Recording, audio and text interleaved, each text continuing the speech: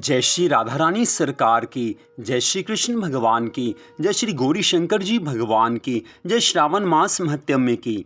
मंदिर श्री बंसी वाले महात्मा यूट्यूब चैनल की ओर से हम आप सभी भक्तों का हार्दिक अभिनंदन करते हैं। आज हम आपको सुनाने जा रहे हैं श्रावण मास महत्म्य के 16वें अध्याय की परम पावन कथा। इससे पहले आप श्रावण मास महत्म्य के अध्याय 1 से लेकर अध्याय 15 तक की कथा को हमारे चैनल पर सुन चुके हैं। उन सभी कथाओं का लिंक इस वीडियो के डिस्क्रिप्शन में हमने दिया हुआ है। आप किसी भी अध्याय की कथा को उस लिंक को खोलकर सुन सकते हैं। तो अब हम आपको सुनाने जा रहे हैं श्रावण मास महत्म्य के 16वें अध्याय की परम पावन कथा, जो कि इस प्रकार है। भगवान श्री शिव शंकर जी महाराज सनत कुमार जी से कहने लगे हैं कि हे सनत कुमार जी, अब शीतला सप्तमी का व्रत कहूँगा। श्रावण मास की शुक्ल पक्ष सप्तमी के दिन व्रत करें। पहले दीवार में बावली लिखकर उसमें अशरीरी संज्ञक दिव्य स्वरूपधारी गिनती के साथ जल देवता लिखे। 2 लड़कों के सहित पुरुष त्रय, संगीत नारी, एक घोड़ा, बैल, नर वाहन सहित पालकी लिखे। 16 उपचार द्वारा जल देवों की अर्चना कर ककड़ी, दही और भात का नैवेद्य समर्पण करें। नैवेद्य पदार्थों का वायन ब्राह्मण को दे देवें। इस तरह 7 साल तक व्रत करके प्रतिवर्ष 7 सौभाग्यवती को भोजन कराकर व्रत का उद्यापन करें। एक सोने के पात्र में 7 जल देवों की प्रतिमा रखकर लड़के के सहित उन प्रतिमा में पहले रोज शाम को भक्ति द्वारा अर्चन करें।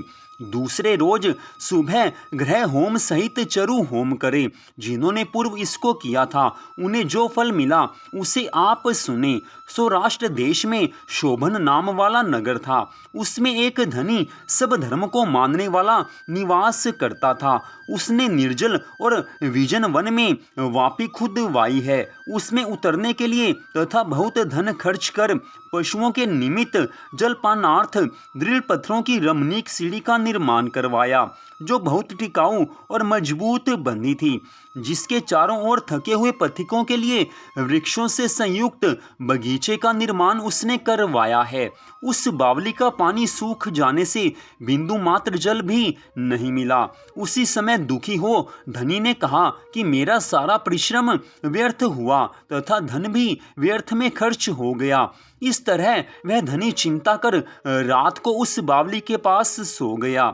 उसी समय स्वप्न में धनी को जल देवों ने आकर कहा कि हे धनद, जल निकलने का उपाय सुनो। यदि सादर अपने पौत्र को हम लोगों के लिए बलि दो तो यही बावली उसी क्षण जल से भर जाएगी। इस प्रकार स्वप्न देखकर धनिक ने अपने गृह आकर अपने पुत्र से स्वप्न की सारी कथा कही है। द्रविण नाम वाला जो धनी का पुत्र था वह भी धर्म कार्यों में संलग्न था। उसकी बुद्धि भी धर्म कार्यों में लगी हुई थी। उसने अपने पिता से कहा कि हे पिताजी, मेरे तथा मेरे पुत्र के भी आप जन्मदाता हैं। उसमें भी यह धर्म का काम है। इसमें आपको विचार नहीं करना चाहिए, क्योंकि धर्म स्थायी तथा पुत्र आदि सब नाशवान हैं। अल्प मूल्य से बड़ी चीज का मिलना कठिन कहा है। मेरे सीतांशु तथा चंडांशु नाम वाले 2 पुत्र हैं। उसमें बिना विचारे बड़े सीतांशु नाम वाले पुत्र की बलि आप दे दें। पर हे पिताजी, ये बात स्त्रियों से गुप्त रखें। गुप्त का प्रकार यह है कि मेरी पत्नी गर्भवती है, प्रसव का समय निकट है, वह अपने पिता के गृह में जाने वाली है। उसके साथ मेरा छोटा बालक भी जाएगा। उसी समय हे तात, ये काम निर्विघ्न हो सकता है। धनी के पुत्र का ऐसा संवाद सुनकर उसने अपने पुत्र से कहा है कि हे पुत्र, धन्य हो तुम मेरे पुत्र हो, अतः मैं भी धन्य हूँ। मैं अपने को पुत्र वाला मानता हूँ। इसी बीच पिता के गृह से सुशील पत्नी का बुलावा आ गया। वह पिता के घर गई। उसी समय द्रविण ने अपनी पत्नी से कहा कि ये बड़ा पुत्र मेरे पास रहेगा तथा छोटा पुत्र तेरे साथ जाएगा। सुशीला ने अपने पति तथा अपनी श्वशुर की आज्ञा के अनुसार तुरंत वैसा ही किया है। उसके जाने के बाद पिता और पुत्र दोनों ने उस सीतांशु लड़के की देह में तेल लगाकर नहलाया है तथा बड़े सुंदर वस्त्र और आभूषणों से उसको विभूषित किया है। वरुण नक्षत्र पूर्वाषाढ़ा के आ जाने पर प्रसन्नता से उस बावली के किनारे पर उस लड़के को खड़ा कर दोनों ने कहा कि इस लड़के की बलि से जल देवता प्रसन्न हो। ठीक उसी क्षण उस पुत्र की बलि से सुधा तुल्य जल से बावली पूर्ण हो गई। दोनों बावली को जल से भरी देखकर प्रसन्न हुए हैं। प्रसन्नता उन दोनों को हुई है, लेकिन पुत्र के नाश से दुखित होकर दोनों अपने घर लौट आए हैं। अपने पिता के घर सुशीला तीसरा पुत्र पैदा कर 3 मास बीत जाने पर अपनी ससुराल वापिस चली है। उसी बावली के पास आई तो उसे जल से परिपूर्ण देखकर विस्मय को प्राप्त होकर उसमें स्नान करके बोली कि मेरे श्वशुर का उद्योग तथा धन का खर्च सफल हुआ है। उसी दिन श्रावण मास के शुक्ल पक्ष की सप्तमी तिथि थी। सुशीला ने शीतला का शुभ व्रत कर वहीं पर ही दही तथा चावल मंगवाकर रमणीय पाक बनाया है। जल देवता का अर्चन कर दही चावल और ककड़ी का नैवेद्य देकर वायन ब्राह्मण को दे दिया। अपने साथ वालों के सहित आपने भी उसी दही चावल और ककड़ी का भोजन किया है। वहां से सुशीला का गांव 4 कोस की दूरी पर था। जब वहां से रमणीय पालकी पर सुशीला सवार होकर घर की ओर दोनों लड़कों के सहित चली तो आपस में वे जलदेव कहने लगे कि इसका पुत्र वापस दे देना चाहिए, क्योंकि बड़ी सुबुद्धि से इसने हम लोगों का व्रत किया है। इसके व्रत के प्रभाव से नवीन पुत्र दे दें। यदि पूर्व का उत्पन्न पुत्र नहीं दिया तो हमें प्रसन्नता का क्या फल होगा। इस प्रकार दयावान जल देवों ने आपस में बातचीत कर उसे जल के बाहर निकालकर विदा कर दिया। माँ को देखकर पुत्र माँ के पीछे भागता हुआ हे माता जी ऐसा कहकर पुकारने लगा। तब अपने पुत्र की ऐसी वाणी सुनकर माँ ने पीछे मुड़कर देखा तो सुशीला अपने पुत्र को देखकर चकित होकर उसको गोद में बैठाकर सूंघने लगी है, प्यार करने लगी है, पर उससे कुछ नहीं पूछा। सोचा कि यदि इससे पूछूंगी तो ये डर जाएगा। वह अपने चित्त में विचार करने लगी कि यदि इसे यहाँ से चोर ले जाते तो इसका अलंकारों से भूषित होना बड़ा कठिन था। यदि पिशाच पकड़कर लाए होते तो वे कैसे छोड़ते, और घर के सारे संबंधीगण चिंता के समुद्र में गोता लगा रहे होंगे।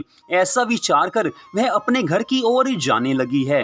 तब आसपास के सब लोगों ने उसके घर जाकर बता दिया कि तुम्हारी बहू आ रही है। अब पिता पुत्र दोनों विचार मग्न होकर सोचने लगे हैं कि सुशीला घर आएगी तो क्या कहेगी, वो बड़े पुत्र के बारे में पूछेगी तो हम उसे क्या जवाब देंगे। इसी बीच तीनों पुत्रों के सहित सुशीला अपने घर पहुंच गई।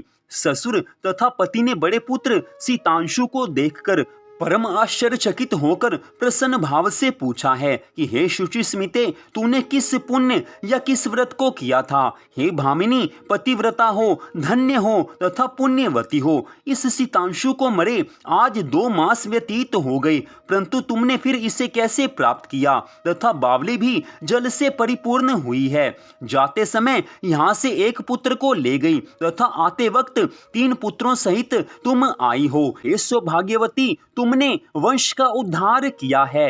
हे शुभानने, मैं क्या तुम्हारी स्तुति करूं। ऐसे ससुर ने प्रशंसा की और पति देव ने प्रेम से देखा। सास ने भी उसकी स्तुति की है। प्रसन्न होकर उसने कहा है कि यह सब सुमार्ग पुण्य फल है। वे इस संसार में मनोभिलाषित भोग उपभोग कर परमानंदित हुए हैं।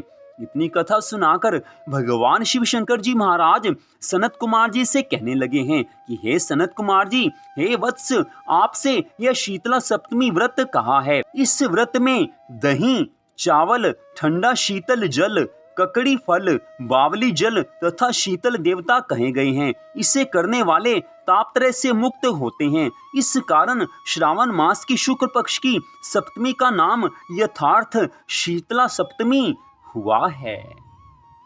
तो इस प्रकार भगवान शिव शंकर जी महाराज जी ने सनत कुमार जी से शीतला सप्तमी के व्रत की कथा और उसकी विधि को बताया है। बड़ी सुंदर कथा का आज भगवान शिव शंकर जी महाराज जी ने वर्णन किया है। इस कथा में स्पष्ट बताया गया है कि मनुष्य के मन में अगर सबके प्रति सद्भावना है, मनुष्य का मन धर्म कर्मों में लगा हुआ है, तो भगवान सदा कृपा करते हैं। जो लोग सबका भला सोचते हैं, उनका बुरा कभी कोई कर ही नहीं सकता। आज की इस कथा से ये स्पष्ट पता चलता है कि जो सबका भला करते हैं भगवान उन पर पूरी कृपा करते हैं। तो आज की इस कथा को सुनने के लिए आप सबका हार्दिक धन्यवाद। भगवान श्री राधा कृष्ण जी की, भगवान श्री गौरी शंकर जी की श्रावण मास महत्म की अनंत कृपा सदा आप सब पर, आपके परिवार पर बनी रहे, इसी मंगल कामना के साथ जय श्री राधा रानी सरकार की, जय श्री कृष्ण भगवान जी की, जय श्री गौरी शंकर भगवान जी की, जय शीतला सप्तमी व्रत की, जय श्रावण मास महत्म की। ओम नमः शिवाय। जय जय श्री राधे, जय जय श्री राधे, जय जय श्री राधे श्याम।